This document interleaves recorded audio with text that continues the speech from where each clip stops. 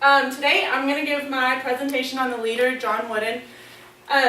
He is known as a basketball coach, but everything he talks about can also be applied to businesses, any type of leadership position.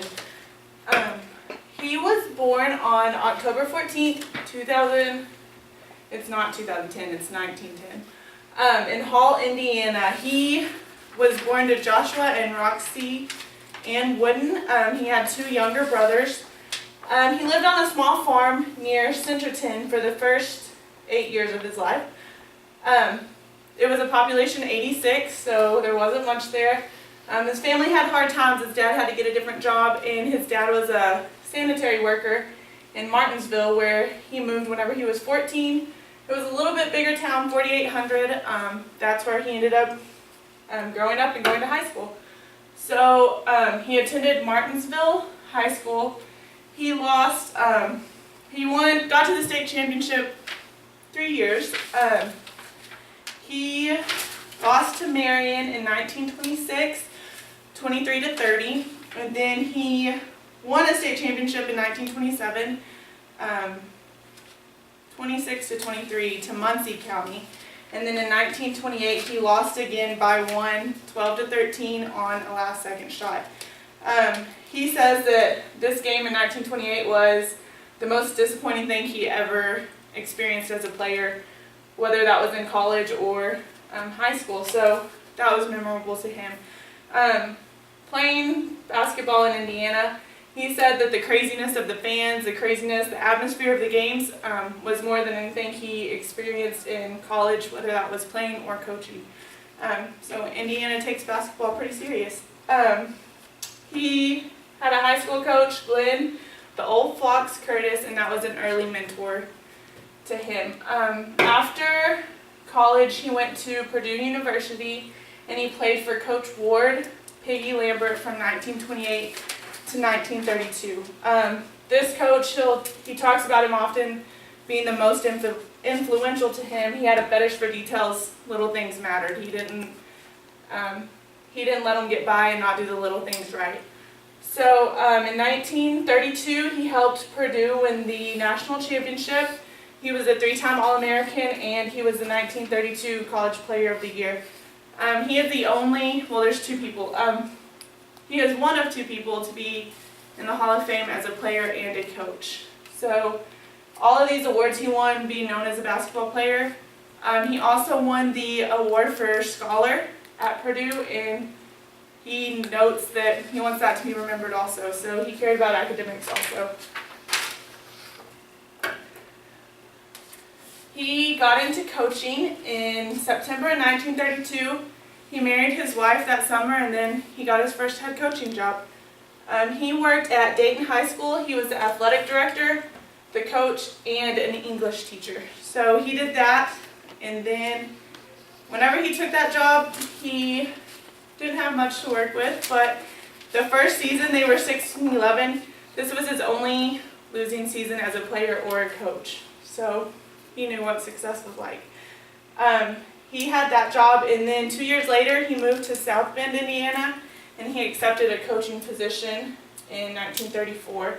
After this job, World War II started, and he had to join the Navy. So he did that. He was in the Navy. He ruptured his appendix right before his first assignment, and his replacement that went in for him was killed in a kamikaze attack. So just small known detail. After he got out of the Navy, in 1946, he came back and he got his first college coaching position. It was at Indiana State Teachers College, and they did well. They had 2 winning seasons. They won their conference, and he got invited to a postseason tournament, and he did not take that invitation because they didn't accept African American players in the postseason, so he would not take his team there. The 2 years that he was here, he got invited to that tournament, and he turned down the invitation, and then they finally allowed African Americans to play, and he took his team there. So his high school coaching career at Dayton and South Bend, his record was 218 wins to 42 losses, so he did well at the high school level. After that, he went to UCLA, where everyone knows him, or that's why everyone knows him. They offered him his job in 1948. He originally wanted to coach at the University of Minnesota, but they had a huge snowstorm. It didn't work. Their phones wouldn't work, and whenever they tried to call him, they couldn't get into him. So he thought he didn't get the job. He never heard from him about 6 p.m. At the end, at 6:15 that same day that he was supposed to hear from Minnesota, UCLA called and offered him the job, so he took it. Thankfully for UCLA, the phones didn't work. I'm sure they're glad. He had the most consecutive victories at 88 games. He had 10 national championships there, 7 were consecutive, and he had 4 perfect seasons. Whenever he took that job in 1948, they were 3-9 in conference. That first year at UCLA, he went 22-7. They won conference. They won a couple of games in the tournament postseason. So he really turned that program around. He had an 81.3 winning percentage, which is amazing for 40 years. He was at Dayton High School, South Bend Central High School, Indiana State Teachers College, and UCLA. Not only was he a great basketball coach, more than that, he was a leader. You don't get that many wins and get people to play for you over that many years if you don't know how to lead them. So after he retired from coaching, he went into writing books. He would put on different things to tell what all he knew about being a leader, which everyone can learn from him. He came up with 12 lessons in leadership that he thinks can help leaders across the board, whether you're a businessman, a coach, really any type of leader. If you're in any leadership position, these will help you. So we're going to go over those 12. The first one, good values attract good people. He says if you're a good person, if you are ethically sound, then others with those same type of values will want to be around you. They'll see your integrity, and they're going to want to surround themselves with people like them. So if you show that you're good, you're going to have people like that surround you, which can only make you or your business better. The second, love is the most powerful 4-letter word. Whenever you care about other people's success, they're going to want to play for you. They're going to want to work harder for you. People want to know that you care about them. So that is very important as far as leading. Whenever you are a servant leader, you will get others to follow you and work hard. The third thing, call yourself a teacher. I know, like as a coach, I am a teacher also, but even not any type of leadership position, you're going to want to teach others under you something, whether that's how to be a better person, how to get more out of them. You're going to teach them, so you need to call yourself a teacher. Set the bar high. You're going to expect them to do well, and then identify their weaknesses. Not to point them out and make them feel bad, so that they'll know what to work on. Next, emotion is your enemy. Everyone's going to have bad days. It happens. You're not going to have your A game going every day, but you can't let others see that in you. Whenever you are around people that you are leading, you need to motivate them and not let them see that you're having a bad day. Put on your game face, keep the morale high, and don't let your teammates or your co-workers see you down. The next one is, it's a basketball, refers to basketball. It takes 10 hands to make a basket. It is a basketball type quote, but behind all of this is it takes teamwork, whatever you're doing. You're going to use your teammates' strengths to make up for your weaknesses. I have it in the locker room and here at our school, but one of his quotes, it's my favorite, is don't let what you cannot do interfere with what you can. So if you know that you can't do something, you just need to put yourself next to others that are good at that and let their strengths overcome your weaknesses. Next, little things make big things happen. Just like his college coach that was all about the small details. If you focus on the little things, the big things will follow. If you focus on being on time to every meeting, if you focus on making sure that you provide those details, then the big things that actually matter, whether that's your wins for how you finish in a season, if you focus on small things, the big things will happen because you are focused on those.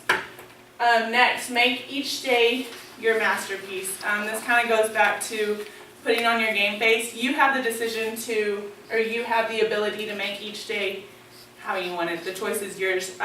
Each day is a fresh start, so use each day to make it the best, not just for you, but for others around you. The carrot is mightier than the stick. Whenever I was looking up this, I didn't really understand it at first, but I think what this is saying is really important. The carrot is like your reward. The stick, obviously, no one wants to get hit by a stick. I guess you'd rather have a carrot. I don't know why he uses a carrot and stick, but a reward is better than punishment.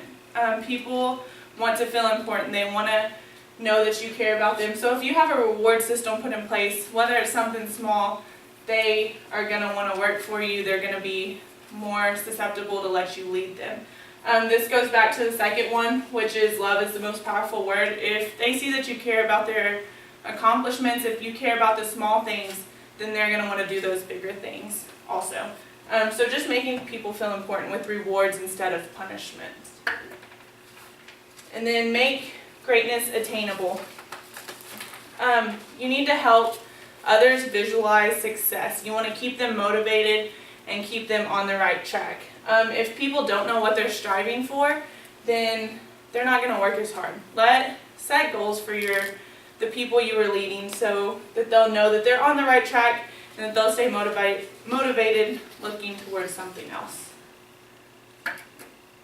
Okay, seek significant change. One quote that he has is, "Failure is not fatal, but failure to change might be." So failure is not necessarily bad, but if you don't change, that's whenever it gets ugly.